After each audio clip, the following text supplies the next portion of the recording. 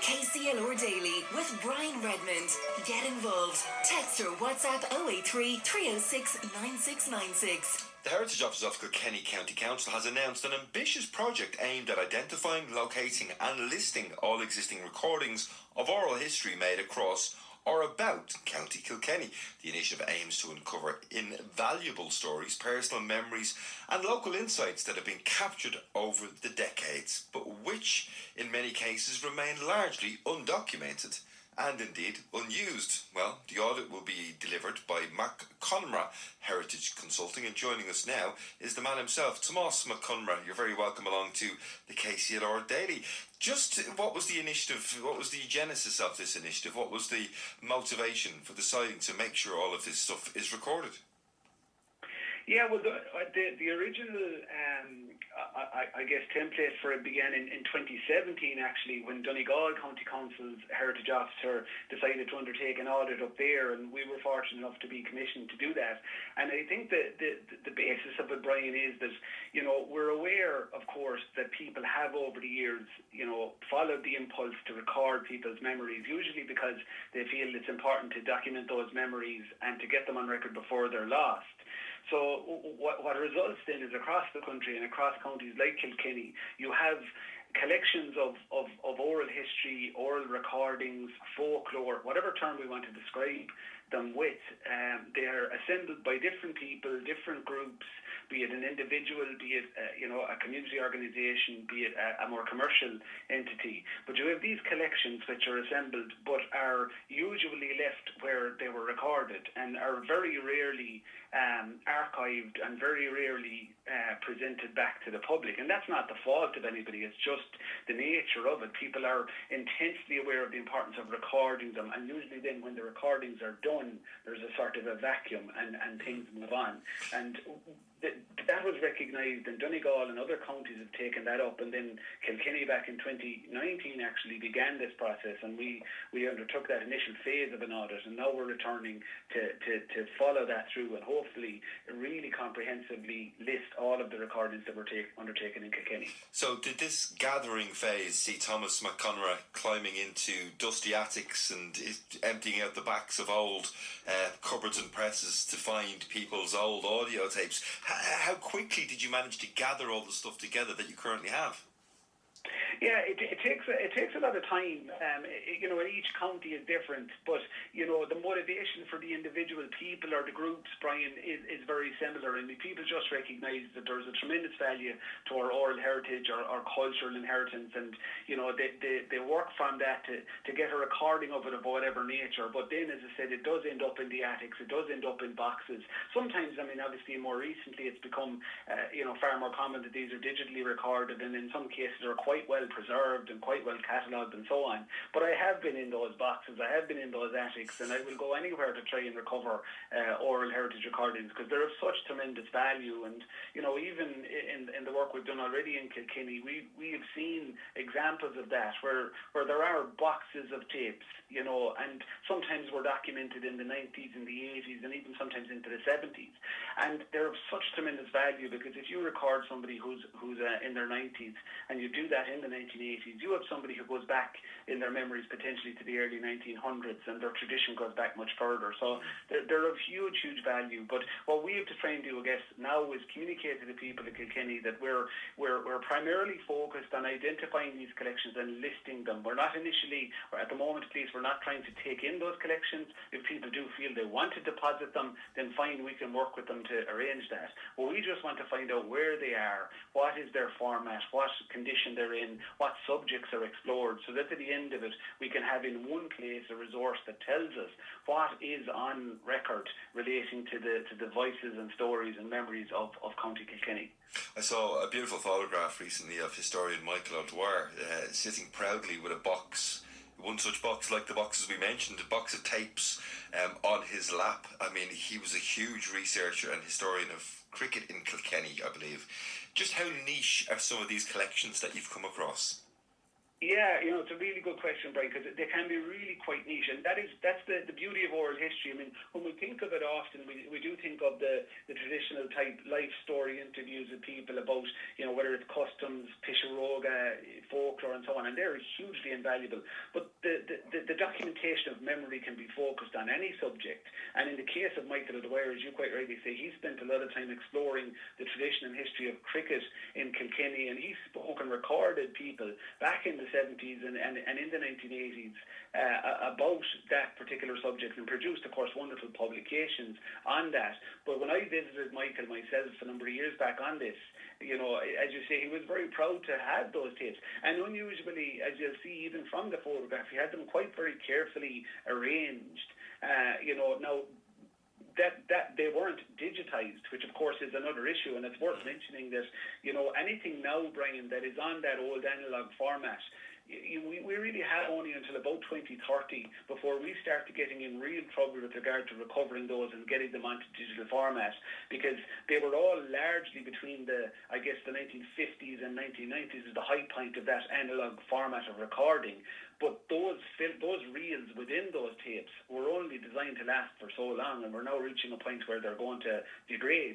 So that's really, really critical. So we want to put a focus on that to try and identify where they are, and then maybe create a plan for their digitization. But equally, it's important to say that if a group goes out and collects in 2020 or 2024 a digital series of interviews, there is a difficulty in some ways if that doesn't follow through and then become available to the public in some fashion, because that's the beauty of them, that's the value of them, that's why we record them. So we want to know where they are, we want to know hopefully how we can get access to them, so we can encourage people to listen to the stories and the memories and the oral heritage of County Kilkenny. And God forbid somebody was cleaning out an attic and came across a box of old tapes that maybe belonged to a lost family member, or came with the house, for those who are lucky enough to buy a house second-hand, well, you wouldn't get boxes of tapes in new houses, but you understand what I'm talking about. Can they simply reach out to you and say, there's a box of tapes here, I've got no idea what's on it, it might be old music recorded off the radio, but some of them are labelled in a way that suggests this is some sort of archive. Would you like to hear from people like that, Tomás? Yeah, absolutely, Brian. Yeah, and I mean, even as you say there, quite rightly, if people are unsure whether it's something that they inherited or it's something they discovered themselves, quite outside of their family context, do make contact with us. They can email us directly through heritage@kilkenny.co.ie, or they can contact us directly on 087 916 0373. And we have a project page up on kilkennyheritage.ie as well, so they'll be able to find out all about the project. But certainly, do make contact with us. We're quite experienced in this area, and we can work with people to try and figure out what they might have, what's likely to be the information. And we're very patient people, we're very interested in this area, so we're quite happy if somebody just wants to pick up the phone, give us a call, and maybe just figure out is what they have anyway relevant to what we're searching for. So we really look forward to and we had a really good engagement before, I should say, with the people at Kilkenny. They really know their heritage, they know their history, and they're very proud of it. So we just want to work with them to ensure that we have a really good picture of what has been recorded over the years and in relation to the oral heritage of the county. We're very proud, of course, of our own archive here at KCLR, and you mentioned that similar schemes were rolled out, for example, in Donegal. Local radio stations have huge roles to play, probably. I would suggest, I'm asking your opinion in this, Highland Radio, for example, in Donegal would have a very long and established archive. Radio stations like KCLR would have long and established archives. Just how important is that archive, that recording of local history, local news, local success and local loss at times? They're hugely important, Brian, and we would have previously engaged with the management and got great support and positivity from KCLR as well as Community Radio Kilkenny as well, because you're every day you're speaking to people, and there is a relationship there, even though, let's say, at a technical level we mightn't define it as oral history. No, you are talking to people every day in your show on Kilkenny. You're listening to people every day. You're engaging with their stories and their personal experiences. So that, of course, over time becomes an archive that reflects the experience of Kilkenny on a day-to-day basis. And of course, sometimes you'll explore the background of an individual or a historical aspect. So yes, of course, our community radios are a critical resource with regard to daily life. And I'm one of these people, even though I have an academic connection, I'm not too strict on the terms that sometimes I use. So we can define oral history, and if we do, we can maybe leave stuff outside of it. But I look at recorded memory as my baseline with regard to this. And we'll work out the terminology and the interpretation afterwards. But if there are places where there are recorded memories and the voices of people relating to County Kilkenny, then that will be the starting point of relevance for us, and we'll take it from there. And those archives make great research points. I mean, I know of a great book in relation to the Irish Revolution. It's called, I think, The Last Voices of the Irish Revolution. That would have been something that somebody would have had to do a huge amount of research on, and to capture those voices, okay, turning them in this occasion into a written format. But without the access to that archive, it wouldn't have been possible. Would you like to see this work carried out right across the country and developed into some sort of online, digital, searchable archive where if you wanted to find out more about the history of, for example, cricket in Kilkenny, you'd be able to log onto a portal and lo and behold, the life work of Michael O'Dwyer would be there?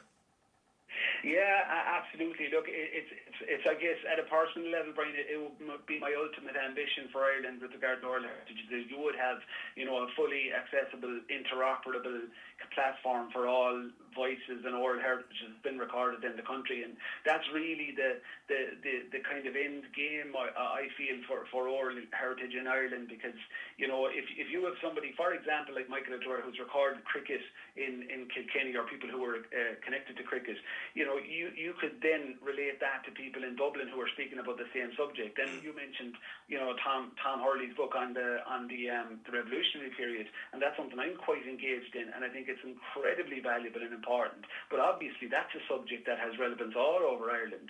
So you have somebody who was 10 years of age in 1921, and he's recalling the blackened hands. You will be able to then, or could then be able to find all the other people who were 10 years of age and who happen to have been recorded in different parts of the country, and you can have that sort of a comparable engagement with regard to memory. So it's an incredible, and the potential is there for that, and I'm fortunate enough at the moment to be working with the Heritage Council on the groundworks of that, really, to try and set a path for the future so that we can arrive at that at some point. Yeah. It is a long way off, but we can only get there by taking the steps that bring us, I think it's a fabulous initiative, Tomás, and I suppose finally, people listening might have been motivated, or might have been, oh God, I wonder what was in that box that Grandad left in the attic. He was always going around recording people. What would you like people to do at this stage, or is it simply a case that you want to let people know that this is a work in progress? Yeah, well, look, I want them to make contact with us. We on kilkennyheritage.ie, they'll find the project page, and within that, there's obviously information about it, but there's also a digital survey form that they can send us information, and that's populated with fields that will guide them through that process about their particular collection. But I'm also very happy as well if they want to reach out to us, 087-916-0373, and they'll get all that information on the project page anyway. Our Kilkenny Heritage Office, Regina Fitzpatrick, who's the driving force behind this. We're very easy to contact, and we're very happy that people want to talk to us, and we'll work it out with them. So if they think they have something of relevance, please make contact with us, and it'll be a resource for the people of Kilkenny in the future, so it's only a benefit to them to reach out. Well, Tomás, congratulations on your work to date, and congratulations on teaming up with, of course, the Heritage Council and Kilkenny County Council, putting together that fabulous audit of oral recordings for and about and around the county and city of Kilkenny. If you do want to check it out, as Tomás says, visit the heritage page on Kilkenny County Council's website. Tomás, thank you very much for joining us today. Thank you, Brian. The KC